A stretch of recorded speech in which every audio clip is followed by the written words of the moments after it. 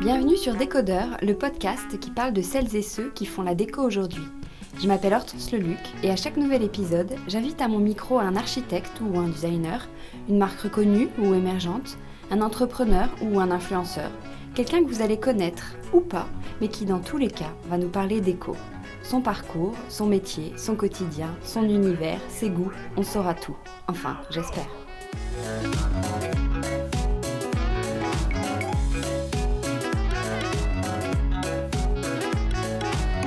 C'est le printemps, alors parlons fleurs, même si mon invité va sûrement nous dire qu'il n'y a pas de saison pour en offrir. Mon invité, justement, c'est Romain Raffard, le fondateur de Bergamote. En 3 ans seulement, cette start-up est devenue incontournable dans la livraison de fleurs et de plantes vertes. Porté par des envies de green dans nos maisons et nos bureaux, Romain fait partie de ces nouveaux fleuristes qui ont réveillé le marché en proposant sur Internet, à la carte ou sur abonnement, des plantes et des bouquets de fleurs de saison, créatifs, raffinés, frais et livrés en un éclair, dans un joli packaging s'il vous plaît. Un homme qui va nous parler fleurs, on n'allait pas rater cette occasion. Bonjour Romain. Bonjour Hortense.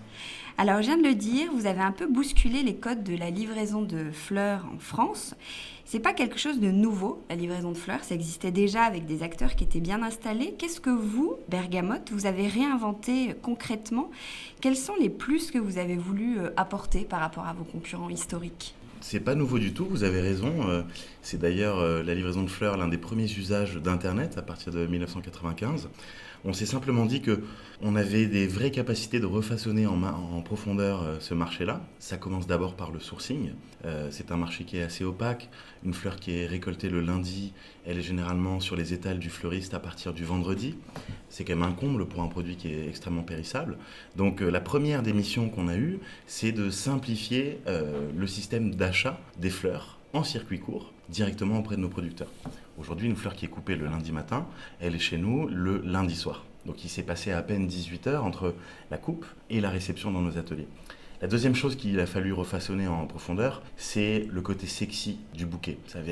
C'était un acte qui devenait un peu désuet, un peu passé, intimidant pour les hommes. Et donc on s'est dit, il faut rétablir une bonne dose de sex appeal dans ce métier-là. Et comment on a fait ? On a tout simplement calqué les préceptes de Zara, par exemple, en mettant en place des systèmes de collection en accord avec les saisons, au gré de nos envies et de nos inspirations.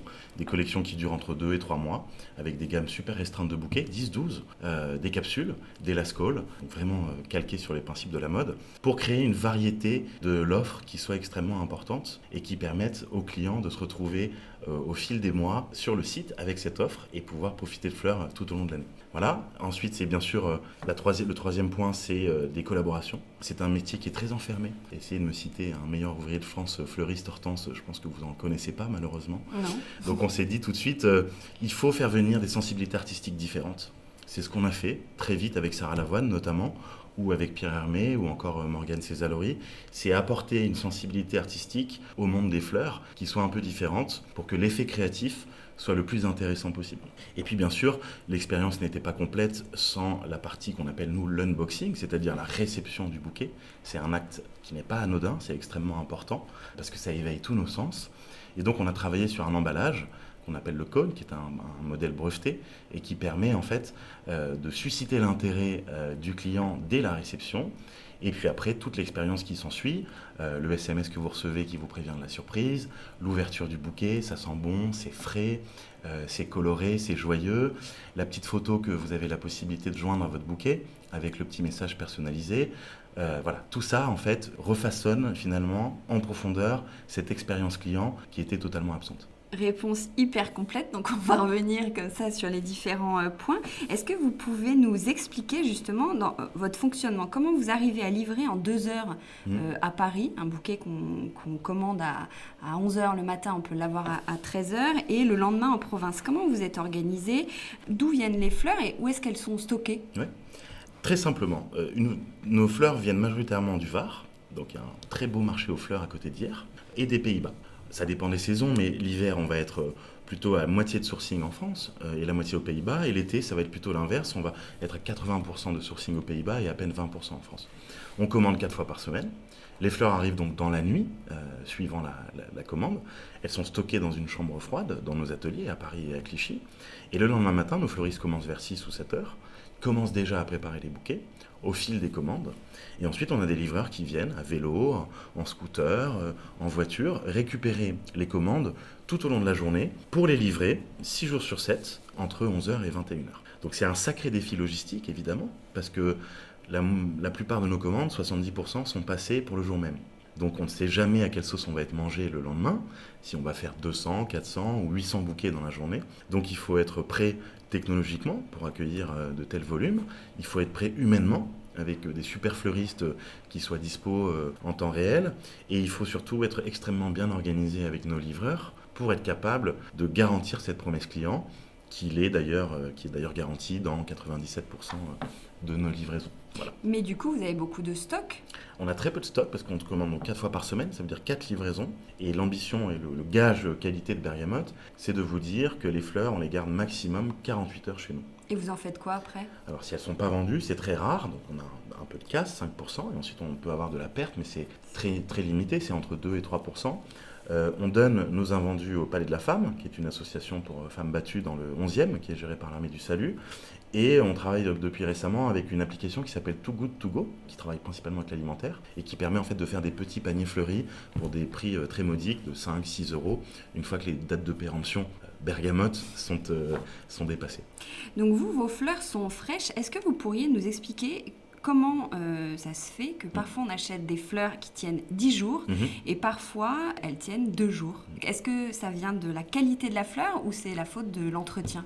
Alors c'est une réponse assez complexe. Pour moi, il y a 3 facteurs. Le premier, c'est évidemment la qualité du producteur. La qualité de la semence, la qualité de l'entretien, la qualité de l'ingénieur agronome qui va suivre la culture tout au long de la vie de la fleur. Et ça, forcément, ça a une incidence directe sur la tenue en vase de la fleur. On prend l'exemple de la pivoine. Vous avez des pivoines qui durent 3 jours et des pivoines qui peuvent durer 10 jours facilement. Ça dépend principalement de la qualité de la pousse et donc du travail, du savoir-faire du producteur. Donc nous, notre premier métier, c'est de sélectionner les producteurs qui sont pour nous les plus qualitatifs, les plus respectueux de l'environnement et qui respectent notre cahier des charges en termes de durée d'entretien. La deuxième partie, c'est la qualité du transport. Il y a beaucoup de fleurs qui sont acheminées en carton, c'est-à-dire sans eau. Et quand vous cassez le cycle d'hydratation d'une fleur, forcément, ça a un impact sur la durée en vase. Chez nous, la fleur, à partir du moment où elle est coupée, elle va dans un seau et elle reste dans ce même seau tout au long de son long voyage jusqu'au client. Donc ça, c'est hyper important de pouvoir respecter le cycle d'hydratation de la fleur. Et le troisième point, c'est évidemment l'entretien chez soi, qui est un peu là où le bas blesse parfois. Faut changer l'eau du vase ou pas? Idéalement 3-4 jours, ouais. Les plus aguerris vous diront 2 jours, mais je pense que 3 ou 4 c'est tout à fait acceptable. Pourquoi? Parce que vous avez tout un tas de bactéries qui vont se développer dans l'eau, sécrétées par la tige elle-même. Et donc forcément, ça a tendance à limiter la capacité d'absorption de la tige. Et puis évidemment, s'il fait 38 degrés chez vous, ou que vous mettez ça près du radiateur ou près d'un courant d'air, ça va limiter la capacité du bouquet à s'épanouir, bien sûr. Alors si j'ai bien compris, vos concurrents historiques, ils travaillaient avec un réseau de fleuristes, alors que vous avez une équipe en interne. C'est bien ça? Si je commande un bouquet et que j'habite Nantes, c'est quand même votre atelier parisien qui réalise le bouquet et qui le livre? Tout à fait. On a beaucoup hésité sur le modèle au départ. Est-ce qu'on fait appel à des fleuristes indépendants, partenaires, ou est-ce qu'on fait tout nous-mêmes? La réponse a été assez rapide, on fait tout nous-mêmes. Pourquoi? Parce que en fait, les enseignes concurrentes vont avoir des catalogues assez larges de bouquets, 50, 60, 70 bouquets. Et évidemment, le fleuriste en question qui va réaliser la commande à Nantes n'a pas forcément ce stock extrêmement important en sa possession. Et donc, son obligation, c'est de respecter l'équilibre général du bouquet. Sauf que quand vous achetez un jean en taille 38 délavé, vous ne attendez pas à recevoir un jean en taille 34 rose fuchsia. Et c'est un peu la même chose pour les fleurs. Et donc notre leitmotiv principal, c'est vraiment de vous dire ce que vous achetez, c'est ce que vous allez recevoir. À l'ère d'Internet et aujourd'hui avec l'exigence des clients, ça nous paraît éminemment important, c'est d'ailleurs presque indispensable. Et donc c'est pour ça que faire soi-même, avec nos propres fleuristes, nos propres stocks de fleurs et nos propres livreurs, c'est quand même beaucoup plus simple pour être capable de garantir une vraie conformité dans l'exécution de la commande et une vraie qualité, une vraie fraîcheur des fleurs pour que les clients puissent en profiter le plus longtemps possible. Pourtant, c'est pas rare, si je peux me permettre, de recevoir un bouquet de fleurs qui correspond pas vraiment à ce qu'on a vu sur Internet. C'est pas le cas chez Bergamote alors. C'est pas le cas chez Bergamote. 100% des bouquets que vous commandez sont les bouquets que vous avez vus en photo sur le site Internet. Et c'était vraiment le postulat de départ en disant, pardonnez-moi pour l'anglicisme, mais what you see is what you get. Alors, l'une de vos spécificités, c'est aussi le Flower Club. C'est un abonnement dont on choisit la formule. On peut recevoir un bouquet tous les mois, ou 2 ou 4. On choisit aussi la taille, la durée de l'abonnement. C'est pour les particuliers, mais aussi pour les entreprises qui veulent fleurir leur bureau. Ça, c'est très nouveau. Pourquoi avoir développé ça ? On a développé ça parce que on s'est rendu compte qu'on avait plein de clients qui étaient extrêmement récurrents, très fidèles, et qui nous disaient tous les mois Bergamote c'est sympa, mais je dois toujours rajouter mon adresse de livraison, renseigner ma carte bleue, c'est pénible, est-ce que vous ne pourriez pas créer une offre un peu plus automatisée pour nous ? Donc le principe de départ, c'est vraiment, il émane vraiment des clients. Et l'idée, c'était de se dire, il y a 2 usages pour les fleurs. Il y a le cadeau. Ça, c'est plutôt une commande one-shot qu'on va effectuer X fois dans l'année pour sa maman, pour sa tante, pour son mari, pour sa femme, pour peu importe. Et puis ensuite, il y a la consommation personnelle. Et il y a de plus en plus de clients qui finalement se rendent compte que les fleurs, ça fait du bien, que c'est hyper agréable, que ça illumine à l'intérieur. Et donc, par conséquent, avoir des fleurs de manière extrêmement souple, toutes les semaines, toutes les 2 semaines, à un prix compétitif, et qui soient en plus jolies sans se prendre la tête, c'était pas si mal. On a lancé le club en mars l'année dernière, donc c'est assez récent. Et dans ce club, en fait, on essaye vraiment d'enrichir cette expérience-là. Donc, quand vous êtes membre du club, vous avez des invitations à des soirées chez nous, pour des masterclass autour des fleurs, autour des plantes, autour des fleurs séchées. On fait une collab tous les mois avec des marques sympas pour vous offrir des petits goodies rigolos. Le mois dernier, on a travaillé avec une marque de Los Angeles qui s'appelle PF Candles, qui fait des super bougies végétales en terre cuite. Donc, les abonnés, les membres ont pu avoir en avant-première ces produits-là. Ils reçoivent tous nos produits en avant-première. Donc toutes les collections, les capsules sont reçues par les membres 1 à 2 semaines avant tout le monde. Donc voilà, il y a aussi un sentiment d'appartenance qu'on n'a pas dans une box, par exemple, et qui permet d'avoir une vraie cohésion autour de nos membres. On a aussi un Jungle Club pour les amateurs de plantes, sur une formule qui est plus standard, c'est une seule fois par mois. Et au début, on nous a dit non, mais les fleurs, les plantes, ça va jamais marcher. Les gens, ils achètent ça 2 fois par an, pas plus. Ils vont pas recevoir des plantes non plus tous les mois. Figurez-vous que c'est pas si mal que ça. C'est 20% de nos membres. Et en fait, il y a une vraie communauté de jungle addicts, donc de plantes addicts qui se développe autour de cet univers-là. Et aujourd'hui, on a été vraiment le premier abonnement de plantes au monde à être lancé. On est super content des résultats et de l'expérience qu'on offre à nos clients. Alors vous misez aussi beaucoup sur les entreprises avec cet abonnement notamment, et puis ça facilite pour fêter un collègue, un pot de départ. Vous proposez aussi des créations sur mesure. Vous avez senti aussi qu'il y avait une demande pour ça ? Il y a une vraie demande, ça fonctionne aujourd'hui super bien, on travaille sur 3 axes principaux. Le premier, c'est la fidélisation des clients. Ça, c'est éminemment important aujourd'hui pour les marques. Donc on peut travailler avec la Redoute, par exemple, sur ses 5000 meilleurs clients et leur envoyer un bouquet par an. Cézanne avec les clientes perdues. Donc ça marche très très bien. On fait évidemment aussi des briefs sur mesure pour des lancements presse, des lancements produits, des événements particuliers. Ça, c'est évidemment extrêmement spécifique et ad hoc pour chaque marque. Et ensuite, on travaille aussi, bien sûr, sur le bien-être en entreprise. Et ça, c'est plutôt avec les plantes. L'idée est de se dire qu'avoir un environnement de travail apaisé, c'est important aujourd'hui, à l'ère des open space et des coworking. Et par conséquent, les plantes aident énormément à créer finalement du bien-être et de l'apaisement en entreprise. Ça améliore la productivité, la concentration, et donc c'est un élément décoratif qui devient de plus en plus important pour les entreprises. Vous créez des collections qui évoluent au fil des saisons. Donc s'il y a 4 saisons, il y a 4 collections, j'imagine. Absolument. C'est avec une série de bouquets, c'est bien ça. En gros, vous n'avez pas de best en fil rouge sur toute l'année sur le site. Non, on n'a jamais voulu faire ça. Pourtant, c'est réclamé par les clients, mais vraiment, on essaye de travailler au maximum au gré des envies des clients et au gré des saisons. On a 4 collections principales, effectivement, printemps, été, automne, hiver. On a aussi des capsules pour des produits super spécifiques qu'on adore et dont la saison ne dure pas autant que le printemps ou l'été. C'est le cas de la pivoine qu'on va lancer la semaine prochaine. La saison de la pivoine, c'est 1 mois et demi, donc c'est ultra court. Et c'est pour cela qu'on fait des capsules pour ça.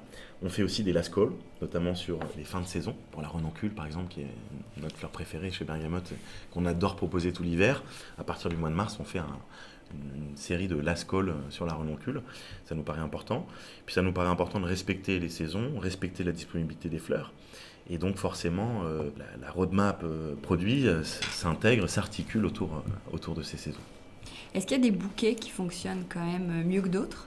Alors, il y a des best-sellers qui vont fonctionner dans plusieurs adaptations toute l'année. Clairement, Bergamote, c'est le bouquet pastel. Donc le rose fonctionne très bien, le pêche, le vieux rose, le corail, c'est des éléments visuels qu'on décline énormément. La rose, bien sûr, et notamment une rose qu'on appelle la rose branchue, donc c'est une rose qui a plusieurs boutons, avec laquelle on a un partenariat d'exception avec un producteur. On est les seuls au monde à pouvoir les vendre sur Internet. Et c'est vraiment la marque de fabrique aujourd'hui de Bergamote. Après, évidemment, le bouquet champêtre fonctionne toujours très bien. On essaye plein de choses, des bouquets exotiques, des bouquets monochromes, des bouquets monovariétés. Voilà, on adore créer de la variété, de la richesse tout au long des collections. Mais globalement, un bouquet Bergamote, c'est plutôt un bouquet pastel. C'est plutôt un bouquet classique, 3, 4, 5 fleurs maximum, différentes. Et ensuite, une variation de couleurs autour de ces pastels. Parce que j'allais vous demander, on entend souvent que vous proposez des compositions dans l'air du temps. Vous avez des bouquets qui sont parfaitement dans la tendance. C'est quoi un bouquet tendance justement? C'est quelle forme, quelle fleur? C'est un peu un mélange de tout ce que vous venez de nous dire? C'est un peu un mélange de tout ça. Nous, la base, c'est qu'on doit avoir au moins une fleur noble qui vient composer le bouquet. Ça, c'est la base de notre travail. Donc, en fonction des saisons, ça peut être la pivoine, ça peut être la renoncule, l'anémone, l'hortensia, les jonquilles, les narcisses, les dahlias. Et ensuite, on va construire une gamme de couleurs autour de ça. Donc, en fait, le travail de pré-collection, c'est essentiellement un travail de mood board. On va énormément rechercher des inspirations sur Pinterest, sur Instagram, sur des cahiers de tendance. Et ensuite, on va construire le bouquet autour de cette fleur noble et autour de cette déclinaison de couleurs qu'on a envie d'offrir. Donc on travaille très peu de fleurs. Finalement, dans une collection, on va bosser 20 à 25 fleurs maximum. Et à chaque collection, on renouvelle l'intégralité des fleurs. Ce qui est un risque important. On a l'impression qu'on finalement remet tout ce savoir-faire et cette expertise en jeu à chaque fois, en disant oh là là, est-ce que ça va se vendre? Est-ce que c'est suffisamment bien? Est-ce qu'on a suffisamment bossé pour celle-ci? Donc finalement, c'est un peu la même appréhension qu'un designer de mode à chaque nouvelle collection. Mais finalement, on retrouve les mêmes composantes tout au long de l'année. Et depuis 3 ans, on a emmagasiné une jolie expérience quand même. Donc on fait de moins en moins d'erreurs, même si ça nous arrive toujours de nous planter royalement. C'est le cas de le dire. Comment vous trouvez le nom des bouquets? J'ai l'impression que ce sont plutôt des lieux. Il y a Alpi, Chantilly, Figari. Pourquoi des lieux pour les bouquets? Alors, parce que je pense que c'est mon influence voyage. J'étais dans le voyage avant, j'adore ça. Je suis vraiment un voyageur averti. J'ai moins le temps maintenant. Et on s'est dit que finalement, cet univers-là était infini. Et en fait, on s'est un peu calmé cette année, mais globalement, on lance entre 200 et 300 nouveaux bouquets par an et 100 à 150 plantes. Donc, si on reste autour de l'univers littéraire ou l'univers des prénoms, on allait quand même relativement vite tourner en rond. Et le voyage est infini. On essaye à chaque fois que le nom du lieu ait un lien avec le bouquet. C'est pas forcément évident, mais quand on va avoir des tonalités blanches, on va plutôt travailler sur des villes ou des lieux qui vont nous évoquer le Grand Nord. Quand c'est très champêtre, ça va plutôt être des tonalités qui vont nous évoquer la campagne. Quand c'est plutôt classique, on va se rabattre sur des quartiers ou sur des villes. Donc voilà, c'est vraiment penser à chaque fois, c'est pas le fruit du hasard. Et en fait, on adore cette juxtaposition entre le lieu, l'évocation du lieu et le bouquet. Sur les fiches des bouquets, sur votre site internet, il y a la liste des fleurs qui composent le bouquet et leur origine. C'est important, ça? Votre client, il est friand de ce genre d'informations? Alors, c'était pas important au départ, mais on est persuadé que dans les 5-10 prochaines années, ça va être le critère principal d'achat. Les fleurs ne se mangent pas, donc finalement, on n'a pas la même traçabilité qu'on peut avoir dans les fruits et légumes. Un kiwi, vous savez d'où il vient, même chez Carrefour. Donc on a pensé tout de suite que c'était hyper important d'être transparent. Parfois, on achète des fleurs qui viennent du Kenya, on n'a pas honte de le dire, parce que c'est des producteurs qui sont hyper vertueux, respectueux de l'environnement, respectueux des normes sociales. Et donc, on veut simplement communiquer en toute transparence auprès de nos clients, à la fois sur l'origine des produits et à la fois sur la composition exacte du bouquet. On en parlait tout à l'heure, la conformité absolue entre ce que vous voyez à l'écran et ce que vous allez recevoir. Donc, on va du nombre de tiges, en passant par le diamètre, la hauteur du bouquet et le nom de chaque producteur. Pourquoi les fleurs coûtent si cher, même si un bouquet chez vous est vraiment au bon prix? Pourquoi chez certains fleuristes, c'est hors de prix? Et pourquoi on peut trouver un bouquet à 7,90 € chez Carrefour dont vous parliez tout à l'heure? Il y a 3 raisons principales. La première raison, c'est que Plus on est petit, plus la capacité d'achat est faible. Donc plus le pouvoir de négociation avec les producteurs est faible. Plus on est petit et plus on doit passer par les intermédiaires. Parce que forcément, si vous achetez 50 roses par jour, vous ne pouvez pas travailler en circuit court avec un producteur de roses qui demande au minimum 1000 ou 2000 roses. Donc ça veut dire passer par des intermédiaires. Un intermédiaire, c'est 20 ou 25% de commission à chaque fois. Donc forcément, le prix grimpe au fur et à mesure des intermédiaires. La deuxième raison, c'est qu'un fleuriste traditionnel en boutique a de la perte, c'est normal. Il est obligé de proposer une variété et une gamme importante à ses clients, parce que Madame Leclerc, elle est plutôt jonquille, et Madame Lefebvre, elle est plutôt renoncule, fuchsia. Et par conséquent, on estime le taux de perte de 20 à 30% chez un fleuriste. Donc forcément, sur les 60 ou 70% qu'il va vendre, il doit se rattraper un minimum sur les prix pour pouvoir vivre à la fin du mois. À l'inverse, à l'extrême inverse, pour les supermarchés, quand on trouve un bouquet effectivement à 7 ou 10 euros, c'est des bouquets qui ont des provenances, donc des origines plutôt africaines, donc Éthiopie, Tanzanie, Kenya, avec des producteurs qui ne sont pas forcément les plus vertueux, qui font de la masse, donc qui vont produire pour certains d'entre eux 300 000, 500 000, 1 million de fleurs par jour. Et donc évidemment les coûts d'achat sont très faibles. Et puis ensuite, c'est pas un bouquet qui est composé par un artisan fleuriste, donc le coût de la main-d'œuvre est plus limité. Et par conséquent, on peut se retrouver avec des prix qui sont plus faibles. Voilà. Vous réalisez combien de bouquets de commandes par jour ? Alors c'est variable, entre le lundi et le mercredi, c'est pas la même chose, si c'est une période de vacances ou non, c'est pas la même chose, donc on a une vraie fluctuation de nos commandes.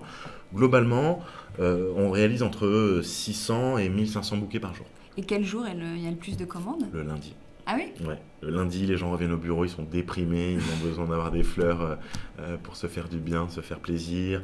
Ils remercient leurs copains qui les ont invités pour le week-end ou les beaux-parents. Ouais. Donc le lundi, c'est une super journée. Et la plus creuse, c'est le vendredi après-midi. On est déjà en week-end, tout le monde est déjà très concentré sur ce qu'il va faire demain. Et il y a des périodes plus propices, des saisons ? Oui. J'imagine. Dès qu'il fait chaud, c'est pas génial. Forcément, il y a aussi cette peur, cette crainte de la tenue en vase. Les gens sont beaucoup dehors, donc on profite moins de nos intérieurs. Donc c'est plutôt l'hiver et le printemps qui est vraiment une période géniale pour les fleurs. Et je pense que c'est aussi le besoin des clientes, c'est de se dire, voilà, le printemps arrive, on sort de 4 ou 5 mois de grisaille, on a besoin de couleurs, on a besoin de se faire plaisir chez nous. Vous livrez vos bouquets certains bouquets dans des cônes en carton. C'était du jamais vu. C'est pour le style ou c'est plutôt le côté écolo du carton ou les deux ? Alors c'est tous nos bouquets qui sont livrés comme ça. Donc c'est le cône bergamote, c'est inspiré de la pochette surprise de notre enfance. Et en fait, on trouvait que c'était vraiment pas pratique. La bulle d'eau, on avait le bouquet sous le bras, ça tombait, c'était galère. On pouvait pas en avoir 2 ou 3 parce qu'il fallait plusieurs personnes pour les porter. Donc en fait, on a d'abord abordé la question sous le prisme de la praticité. On a envie que les livreurs soient à l'aise avec, on a envie que les clientes soient à l'aise avec quand elles vont à un dîner, pouvoir l'apporter facilement, pouvoir en prendre plusieurs. Donc ça, c'était la première raison. Et la deuxième raison, on avait envie que ça soit extrêmement sexy, distinctif, un peu comme un tote bag sympa qu'on pourrait voir dans le métro. Et en fait, c'est la même chose. Si vous faites le test, vous vous trimballez dans la rue avec un cône bergamote, les gens se retournent. Parce que c'est intriguant. Au-delà d'être esthétique, c'est intriguant. Et c'est vraiment l'effet qu'on souhaitait rechercher. Et puis, bien sûr, pour une question ensuite de protection et d'emballage, c'est extrêmement important que le bouquet soit protégé. Et les plantes, elles sont livrées dans des cartons fermés cette fois ? Oui. Elles respirent bien dans leur carton ? Carton fermé, elles respirent super bien. On a aussi un système breveté. On est capable en fait de transporter une plante n'importe où en France jusqu'à 30 kg et 2,10 mètres de hauteur, sans que la terre soit retournée, sans que les feuilles soient abîmées. À noter quand même qu'on travaille aussi uniquement avec des cartonniers français. Donc une partie de notre production est à La Courneuve, en Ile-de-France, avec une société de réinsertion, et l'autre est à côté de Besançon, dans le Doubs. 70% du carton est issu d'une production recyclée, 100% en forêt PFC, et 70% de nos cartons sont recyclables. Voilà, donc ça c'est extrêmement important aussi. Donc on en parle là, vous êtes lancé aussi dans la vente de plantes. J'imagine que c'est pas exactement le même marché, qu'il a fallu trouver des nouveaux producteurs. La livraison d'une plante verte de 2 mètres, c'est quand même pas la même chose. Donc c'est une très belle idée, mais pourquoi se lancer dans la plante ? C'est le cas de le dire, c'était extrêmement compliqué. Le principe de départ, c'était de se dire, bergamote, c'est d'ailleurs pour ça qu'on s'appelle bergamote, c'était pour pas être enfermé dans un seul carcan ou segment de marché. Bergamote, c'est l'univers du végétal, c'est la nature au sens beaucoup plus large du terme.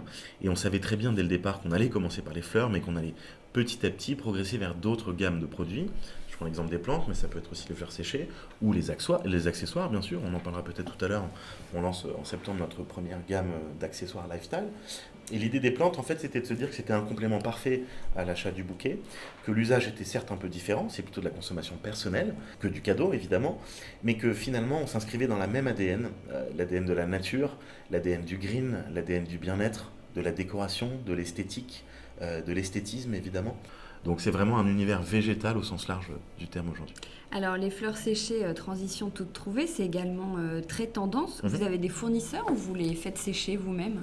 Alors la première année, on a été un peu surpris par l'ampleur du phénomène. On ne s'attendait pas à ce niveau-là d'intéressement. Donc on a bossé avec des intermédiaires, donc des grossistes qui font sécher eux-mêmes leurs fleurs. Et cette année, on a développé notre premier programme de fleurs séchées auprès de nos producteurs existants. Donc la récolte a lieu entre le 15 juin et le 15 août. Donc à partir de septembre, on va avoir vraiment des fleurs uniques qu'on ne trouve pas chez les autres, qui ont été vraiment suivies et maternées par nos soins depuis le début. Quelle plante acheter si on n'a pas la main verte? Hortense, la réponse est très simple. Toutes les plantes bergamote sont compatibles avec les gens qui n'ont pas la main verte. D'abord, il faut dire une chose, c'est que entretenir une plante, c'est pas de la physique nucléaire, malgré ce qu'on croit. Tout le monde a cette image-là. Oh, le petit cactus que j'avais sur mon bureau, je l'ai fait crever en 3 jours. Je m'étais acheté une super jolie plante qui est décédée en 1 mois. On est tout à fait d'accord. Et c'est effectivement une douleur de la part de tous nos clients. Et c'est pour ça qu'il y a beaucoup d'éducation et d'évangélisation à faire. Et nous, ce qu'on fait chez Bergamote, c'est la première des choses, c'est on ne choisit que des variétés qui sont ultra résistantes. Donc vous avez des fiches, des guides pratiques sur le site qui vous expliquent si c'est adaptable ou compatible pour des pièces qui sont un peu à l'ombre, des pièces qui sont au contraire très exposées, le niveau d'eau requis pour chaque plante, l'ensoleillement nécessaire. Et finalement, ce qu'il faut se dire, c'est qu'une plante, elle a besoin d'énergie pour vivre. Et c'est très simple, c'est de l'eau, mais c'est pas de l'excès d'eau. Et en fait, le problème qu'on a aujourd'hui, c'est que dès qu'on commence à percevoir les premiers signaux, on rajoute de l'eau, en se disant ça va aller mieux. En fait, pas du tout, parce que plus on rajoute de l'eau, plus on la noie. Donc, le principe est très simple. Vous mettez votre doigt sur le terreau, et vous vérifiez. Si la terre est extrêmement sèche, vous arrosez. Et si la terre est encore humide, vous ne touchez pas. Voilà, donc ça c'est la première chose. Et la deuxième chose, c'est par rapport à la lumière. Il faut évidemment un minimum de lumière. C'est l'énergie qui permet de faire la photosynthèse et donc de donner de l'énergie à chaque plante. Il faut une zone qui soit pas trop ombragée et pas trop exposée. Et puis vous faites des tests chez vous. Si au bout d'une semaine, vous voyez que les feuilles commencent un peu à jaunir, c'est un excès de soleil. Si au contraire, elles commencent à être un petit peu flétries, un petit peu abîmées, c'est un manque d'énergie. Donc vous la replacez dans une pièce un peu plus lumineuse. Et donc on accompagne vraiment tous nos clients grâce à un livret d'entretien que vous recevez avec chaque commande, grâce à des tutos en ligne, des vidéos qui permettent à chacun de comprendre en 10 minutes comment entretenir une plante. Voilà. Et c'est vraiment notre combat du moment, c'est de vous dire, ne vous inquiétez pas, rassurez-vous, ça va le faire. Vous êtes combien dans l'équipe? On est un peu plus de 100 maintenant, donc on a 50 fleuristes et ensuite 50 personnes, principalement au marketing, bien sûr pas mal de développeurs informatiques, une grande partie au service client, et puis après des fonctions plus support comme la finance, les achats, les ressources humaines. Alors, sur les réseaux sociaux, vous êtes assez présent, notamment sur Instagram. J'ai lu qu'Instagram générait 30% de vos commandes. Est-ce que c'est vrai? Ça a été le cas pendant très longtemps, les 2 premières années au moins. Là, évidemment, c'est normal, l'influence d'Instagram commence à baisser. Ça reste néanmoins notre levier d'acquisition principal. C'est ce qui nous a permis d'émerger dès le départ. Très très vite, en faisant beaucoup de partenariats, beaucoup de collabs directement avec des influenceurs sur Instagram. Aujourd'hui, ça reste extrêmement important. C'est le médium qu'on adore, qu'on privilégie en permanence. On a une communauté qui est plutôt fidèle. On est bientôt à 150 000 followers, mais ça importe peu. Ce qui importe vraiment, c'est aussi la qualité de l'audience. Et en fait, on le voit, on a une corrélation très forte entre ce qu'on va poster sur Instagram et les ventes de la journée. Donc c'est encore la démonstration que Instagram est très très très lié à Bergamote.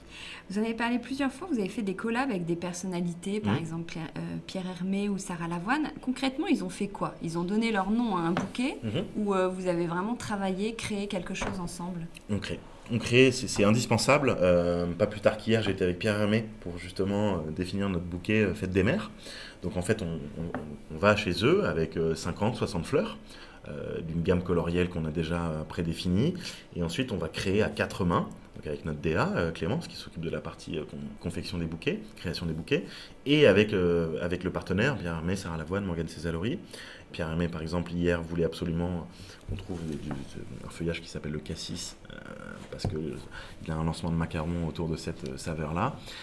Donc on est allé en urgence à Rungis pour pouvoir trouver du cassis. Voilà, donc c'est vraiment une co-création de marque, et c'est ce qu'on adore, parce que ces personnalités-là ne sont pas des techniciens de la fleur, et c'est vraiment ce qu'on cherche, parce que quand vous apprenez votre métier à l'école des fleuristes, on vous explique que c'est forcément des nombres impairs, que certaines fleurs ne vont pas ensemble, que certaines associations de couleurs ne fonctionnent pas.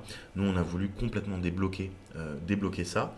Et donc, ce regard finalement presque candide sur les fleurs nous fait beaucoup de bien parce qu'il apporte beaucoup d'autres choses, toujours avec le même critère d'exigence esthétique.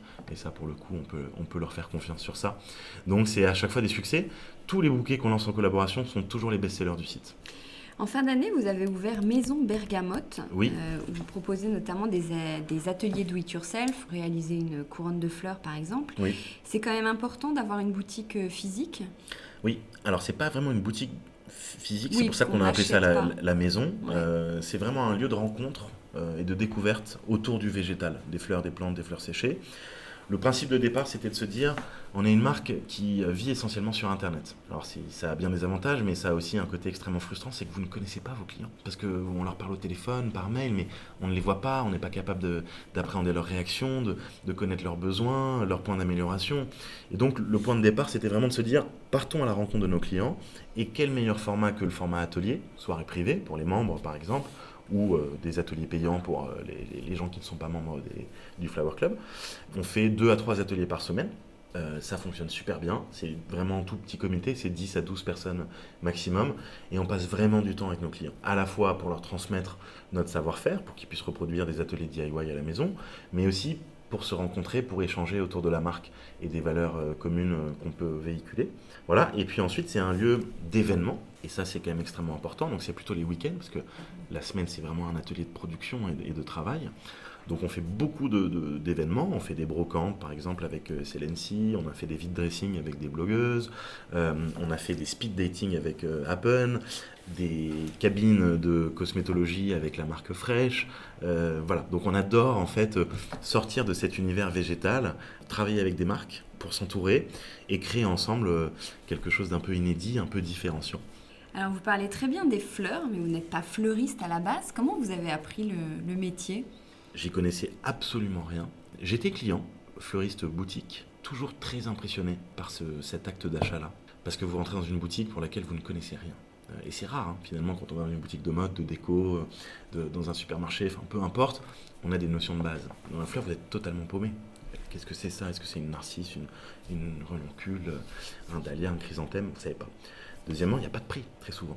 Chez les bons fleuristes, vous ne savez pas les prix qui sont affichés. Donc vous dites, oh là là, j'ai 30 € de budget, quelle sauce je vais être mangé aujourd'hui? Et donc j'avais toujours trouvé ça super intimidant, mais toujours très attiré par ça. Et il a bien fallu s'y mettre. Donc je me suis dit que si j'avais été capable avant de vendre des voyages à l'autre bout du monde, sans être allé dans le pays, j'allais être capable de pouvoir vendre des fleurs. Donc il a fallu bosser énormément. On a passé franchement 6 mois à voyager, comprendre la filière, à comprendre les producteurs, à comprendre l'horticulture de manière assez détaillée. Parce que ça reste un métier agricole, un métier de paysan. Et donc il faut énormément bosser pour rattraper ce manque-là. Et puis surtout, il faut les acheter.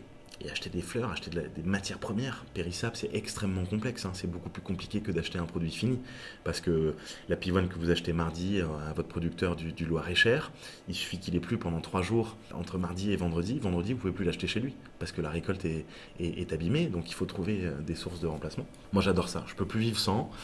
Je ne sais pas si je suis devenu expert, en tout cas, je pense que j'ai des connaissances qui sont très très solides. Sur la partie achat, oui, ça c'est sûr, on est peu à faire ce métier en France. Voilà, je pense qu'aujourd'hui, on le maîtrise parfaitement de A à Z. Vous avez eu quel parcours avant de lancer Bergamote?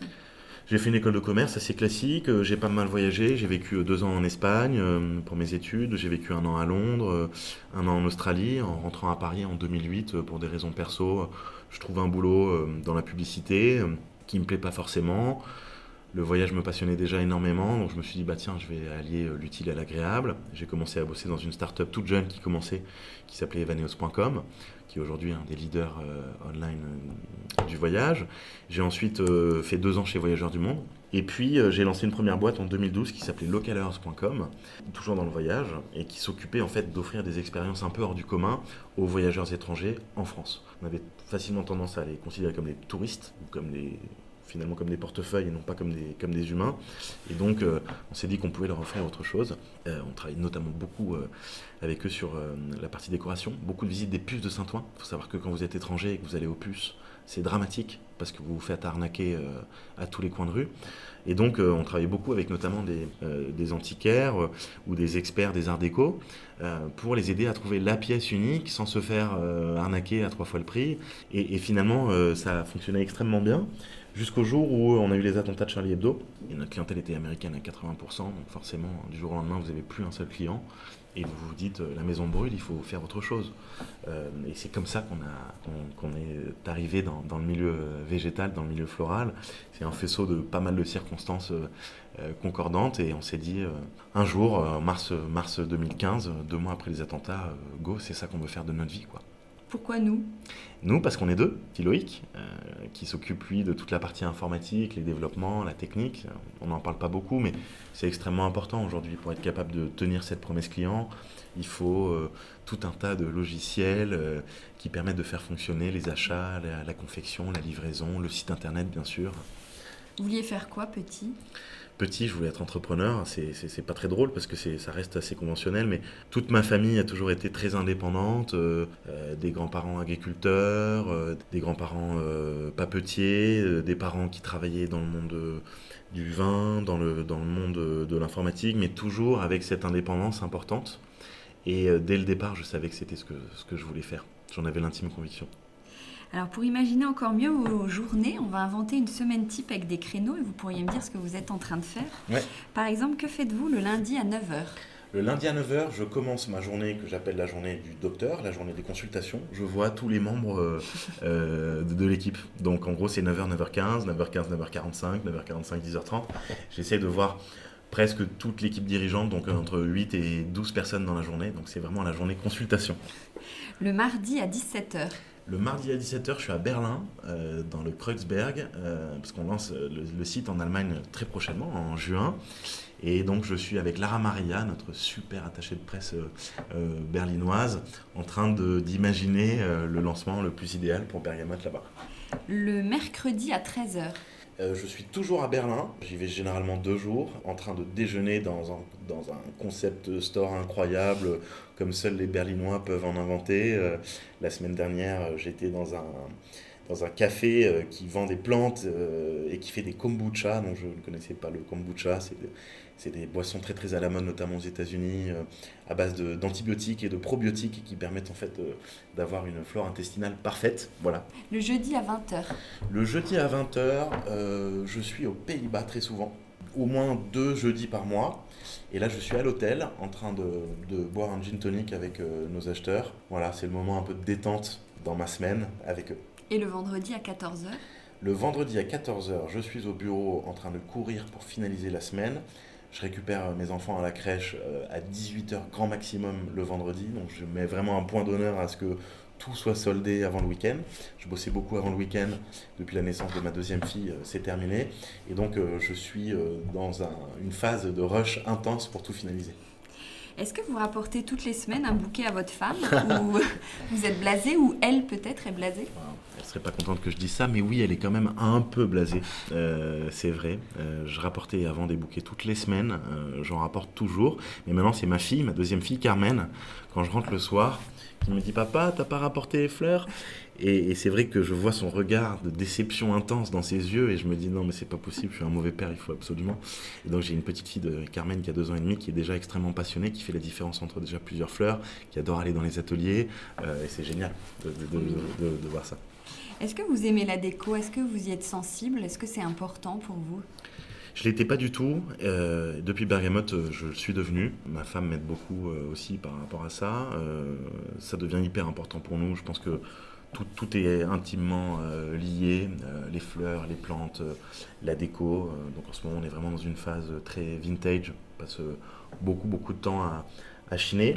Plutôt en ligne, parce qu'on est quand même très digital, elle et moi. Notamment, on a découvert une super marque qui restaure des armoires parisiennes sur mesure, donc vous pouvez choisir la couleur, vous pouvez choisir la forme, etc. Qui s'appelle Belette Petite, qui est vraiment top. Pareil sur des couverts anciens avec Blanche Platine, voilà, Pamono, Celency, donc on passe beaucoup de temps sur ces sites-là. On va évidemment en brocante ou au puce. C'est vraiment notre dada du moment, c'est le vintage. Est-ce que vous avez une pièce préférée ? Oui, on a une pièce qu'on adore d'un designer qui s'appelle Jean-Marie Massot. Donc c'est une pièce assez unique, c'est un fauteuil sublime qui est déjà quelques années, qu'on a fait restaurer là, il y a pas longtemps. Ouais. Quel est votre dernier achat déco ? Alors c'était hier parce que là on déménage, donc on achète beaucoup en ce moment. On a acheté une paire de chaises Marcel Brouwer sur Celency. D'ailleurs, je vous invite à aller découvrir ce site si vous ne le connaissez pas. Mais j'espère que les auditeurs le connaissent, c'est l'épisode numéro 1 de Décodeur. Est-ce qu'il y a un achat dont vous rêvez ? Oui, je pense qu'un jour, un fauteuil IMSS le Vitra me paraît être indispensable. Voilà. C'est hors budget pour le moment, mais ouais, on en rêve. Il y a beaucoup de ponts là, vous faites quoi pour vous détendre ? Vous allez où pour vous ressourcer ? Alors moi j'ai pas mal de familles dans le sud-ouest, j'ai un papa qui habite au Cap Ferré, au bassin d'Arcachon, donc on y va beaucoup. Dès qu'on peut s'évader, on y va. Et ensuite on va beaucoup en Espagne, on est passionné d'Espagne, avec ma femme qui est d'origine espagnole. Donc là un peu moins parce qu'on a une très jeune deuxième petite fille qui a moins de 3 mois. Mais là, elle va être en âge de prendre l'avion. La première a déjà pris l'avion 30 fois. Donc on essaye de s'évader le plus souvent possible. On va beaucoup à Séville, on adore l'Andalousie. Donc c'est vraiment l'évasion parfaite pour nous. Alors on va terminer avec les questions à Watt 1000. Okay. Question à 2 €, le prix d'un collier de nouilles. C'est bientôt la fête des mères. Et on a eu le débat ce week-end avec des amis, donc vous allez nous aider à trancher. Est-ce qu'un homme doit plutôt offrir un bouquet à sa mère parce que c'est sa maman ou à sa femme parce que c'est la mère de ses enfants ? La réponse est assez évidente, Hortense. Aux deux. J'étais sûre que vous alliez me dire ça. Question à 109 €, le prix d'un billet pour l'île de Ré. Va y avoir des ponts, je viens d'en parler. Est-ce que vous avez des tips pour que nos plantes ne meurent pas en notre absence ? Ce sont les tips que vous nous avez donnés tout à l'heure. Oui, et en plus de ça, la bulle d'arrosage, c'est top. Ça coûte 5 € ou 3 €, c'est extrêmement simple. Et ça permet en fait de réguler la quantité d'eau que vous allez pouvoir apporter à vos plantes. Ça, c'est le premier type. Le deuxième type, c'est essayer de ne pas fermer les volets. Si vous le pouvez, si vous n'avez pas trop peur des cambriolages, gardez un minimum de lumière naturelle chez vous, parce que forcément, sans lumière, sans énergie, c'est compliqué. Question à 39,90 €, le prix d'un bouquet fesses chez Bergamote. Est-ce qu'il y a des petits mots glissés dans les bouquets qui vous ont déjà bien fait rire, qui vous ont marqué et que vous pourriez partager avec nous ? Alors, c'est pas très RGPD tout ça. En fait, on les contrôle quand même. Pourquoi ? Parce que parfois, on a des messages déplacés. On peut avoir du harcèlement. On a eu déjà plusieurs plaintes. Donc, on les vérifie. Et c'est vrai que c'est toujours extrêmement drôle de voir les messages qui peuvent être apportés pour la Saint-Valentin, notamment. C'est touchant, émouvant, drôle. Et je trouve que les plus touchants, c'est ceux pour la fête des grands-mères, qui est une fête importante dans les fleurs. Et surtout le surnom des grands-mères. Vous vous rendez compte qu'il y a des infinies possibilités, quoi. Et ça, c'est assez génial. Voilà. Merci beaucoup, Romain. Merci, Hortense.